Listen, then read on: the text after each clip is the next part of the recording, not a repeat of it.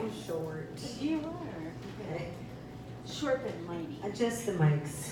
There you go. Thanks. Thank you so much, Peg, for putting this on and asking me to do this. And thank you for my fellow readers for being here. Janice, you're not here. You have a migraine. What? I know, it's so sad. I have like an overactive superego. I'm not just like a Jew and an immigrant and trauma recovering person, but all these other neurotic New Yorkie things where I was like, wait, there's like a theme? What the fuck? Like, are people reading from their books and pretending they're fitting into the theme, or writing new things? Are people pulling up their old shit? Like, what are we doing? And I was just talking to my table about this. Because I have issues, I was like, I'm gonna cover my bases. Because I schlepped books here, even though like the publishing house is like, you don't get like a sale if you sell the books that are just sitting in your own cupboard or whatever. Like, that's not a thing. So I'm just selling for fun. But if you want a book, I thought I might as well read you a little something about that. And so I'm just gonna read something super duper duper brief from Mother Winter, a book about how we take women and throw them in the garbage. And then I'm gonna read the thing that I actually thought fits the theme, which is also super, super short, because I know all of you here are writers, and I hate you if you're long-winded. Please stop. 10 minutes is enough. Okay, Mother Winter. No, I don't hate you, I'm just kidding. I'm bored. Each time I hold two of the most popular books written by French women, coincidentally about sex, masochism, sadism, and seeking oblivion, I instinctively imagine every turn of the page as a blanket for my mother's body, so riddled with shame. Story of O and The Sexual Life of Catherine M. are about giving power away, asserting power, but both through being taken, used, pounded, trashed, worshipped, entered. O dies, M lives. The fact that the universal whole of O and the double house schema of M, representing mother, are conjoined here doesn't surprise me. I have seen the MOM and my SOS when calling for you. You're gaping, open wide, closed, and remote all at once. The movie made from the Pauline Riage book about O, forced to live in a castle where she's whipped and used by men in order to become a more loyal and devoted lover to her man, was a favorite bootleg VHS tape procured by my father. Just like no boundaries in my house. Much like M, O was about loss of control, curiosity, freedom, and numbers, above all volume.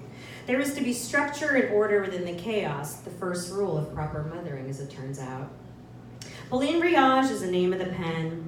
Anne-Cécile Desclés had a couple pseudonyms for publishing her love letters to seduce Jean Paulhan.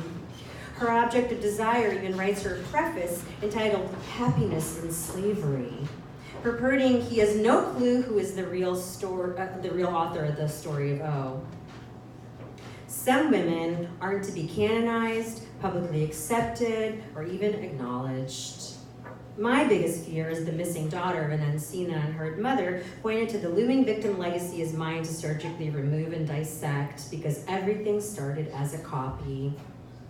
Catherine Millet only abbreviates her name in the title, but carries no shame, no need for an empathetic relationship with her audience, no interest in being absorbed, revered, and mostly no interest in being dominated, just penetrated. Millet is an unmother.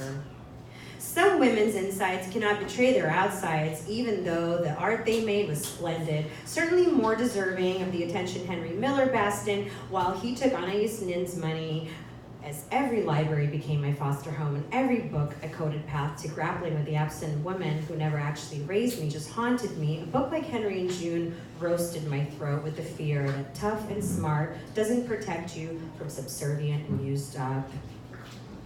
I knew that Anais Nin was hot for Henry Miller and kept a journal about their trysts. Henry would say stuff like, "You drive me crazy with passion, and come here at once, it will be beautiful, I promise." Men like that, hungry, casually greedy, always landing on their feet while uttering the most cliched things, were all around me and still are. I hated that the woman I admired gave into a bad romance, but since Anais was the closest comparison to both damaged and regal I could find, she was therefore the embodiment of Elena, that's my mother's name, on a pedestal and in the gutter of my imagination. I became very old once I saw those men having sex with her limp body. I became her mother and she my baby. Now shaken, we were both crushed ice girls, all mixed up. I would have to learn about Elena by reading an instruction manual that didn't exist. There are no chapters in novels or essays in anthologies that could teach me to keep loving Elena through witnessing what seemed like a rape but could have been a choreographed orgy or even sex work. A choice, not choice.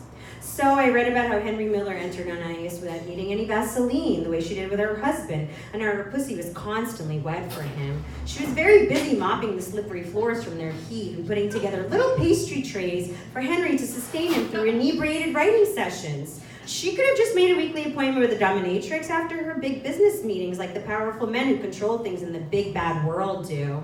I guess you can't pay some guys to beat women when they'll do it for free. Anais was supreme at her craft, but she was labeled the lying, neurotic, erotic diarist, which is something like being called the super creative cleaning lady, if you ask me. She was stapling her ripped open knees to kitchen floors, waiting for her top shelf treat because hers and Henry's passion was worth being cut down to size where she was already small, in the SOS parts below where her dad used to give her the most attention. Henry Miller is a fantastic professional loser, a foreshadowing of male slacker culture. Using your gorgeous young wife for inspiration is great genius, to be sure. June was moving his pen with her damn cunt. I wish I were kidding, but it's just not that funny. I think she must have been distracted like the entire time. Even her muse of a cunt couldn't get his horny verse to compost because Anais was stealing away all the heat, melting the Vaseline inside until the lines blurred. Unlike June, Anais didn't actually need him because she had all the money from her genial husband who was not going to die on the side of the road when they were done mating like dogs. Anais died in luxury as more than just Henry Miller's fuck buddy pen pal cruising for a bruising, and not as a legacy all its own. Certainly a brighter ending than my mother's once her husband found a younger woman and later a ticket to crawl out from beneath the iron curtain without a goodbye. So that's that.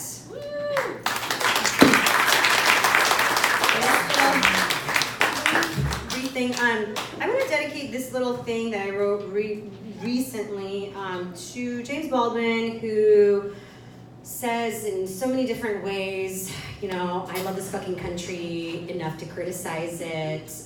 If I really love you, you have to hear me say that you're fucking up. And Portland is really fucking up, even though we have a literary community that's great. It's a really fucked up place that I don't feel good at right now, and this is a two-person narrative, and my friend Amy Long gave me the permission to use her shit in here. Hey, I'm telling you this so I don't have to show up and go, we have to hide after, but I might kind of have to hide after. The guy I did part of this tour with is maybe not exactly a scarily violent alcoholic, but he can be, and I want to get away from him before I turn in the rental car tomorrow. I have my suitcase in the car and all my other stuff in my purse, and meeting Chelsea by myself at 5, and made an airport hotel reservation for tonight, so I'm just going to drive there after the reading and not tell him until I'm there, if at all. But he'll probably be at the reading. So I might need someone to walk me to my car or distract him or something. It'll seem like nothing is wrong. He will be nice to me and carry the box of books and stuff. But he's actually a dick who has tried to choke me numerous times. I don't know what will happen if I say, I'm going to my hotel tonight. There's just too much to do tomorrow, and I want to do it alone. We can't kick him out of Valentine's because he used to work there.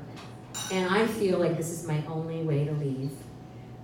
I know I sound a little crazy, but it's a weird situation, like he's homeless now. I don't know how he'll react to this in that situation. And I wanted to tell you so you'll know what's happening. I just decided to do this like an hour ago, or I had told you sooner. So long story short, can you, or do we have a man who will, walk me to my car after the reading if I need you to? Hey, Hey, short story. No, you don't sound crazy, but I know why you would say that. It begs the question, the reason, the torch and the leaky pipes of gaslighting yourself. Is this the year everyone could formally be asked to stop saying the phrase, he's a good guy, but? Like last night, he's a good guy, but he's a violent alcoholic, chokes women and says racist things. Here he is at your reading. I had to leave quite suddenly because my ex forgot to pick up our 2 children. And the racist misogynist who got a hug and a whiskey from the bartender talked over you, the speaker with a mic. He's not asked to leave. He's asked to shut up by the speaker only, who's exhausted, alone, and almost done with the book tour. Yes, he's a good guy, but he forgot to pick up his kids at aftercare, so the mother leaves her event to go fetch them 40 minutes after the community center closed. He's a good guy, but he wrote a book about his incel fantasies with hopes of realities and loves the pushback as a marketing strategy. I used to love him in Sassy. Do you know who we're talking about? He wrote The Red Pill, dumb book. Ooh. Okay. He's a good guy, but he has to be chased down and begged for abortion money. He's too much of a stonewalling middle-aged grifter to procure for such a lowly cause he caused and got away with. He's a good guy, but he embezzled tens of thousands of dollars from a nonprofit whose poetry books you probably really enjoy. Tavern books, and nobody reads them. He's a good guy, but abuses his power as a mentor, an elder, an authority figure, and fucks his interns or students. Please tell me the difference between the two, because it's like saying dumpster adjacent. Do you love living in this city with so many good guys? The word guy nested into the word but. Do you like pretending that literary magazines close because paper is expensive rather than because a misogynist is given a quiet exit, like a tin house? Do you like buying books from men who don't read women and call them vulgar bitches and hoes, like at Mother Foucault's? An ableist back of expired corn nuts who doesn't think the word retard is a profanity or hate speech? I want a timeline, a deactivation code, a set of basic rules to offset the banality of passive shrug evil, a schedule to disarm and to denuclearize every vapid corner of my city of ghost and ghoul dicks on parade. I want you to calculate the costs of belonging, of being casual, of shared meals with near monsters, of enabling the disappearance of a gag reflex altogether. But so long as his chips stack high to the ceiling of all the possibilities of fat wallets, pats on the back, silences reassurance, cozy readings, good times at warm bookshops, and then our helpless disgust, like hands in pockets, inside this tight hangover tomorrow, while some still seal clap for the show.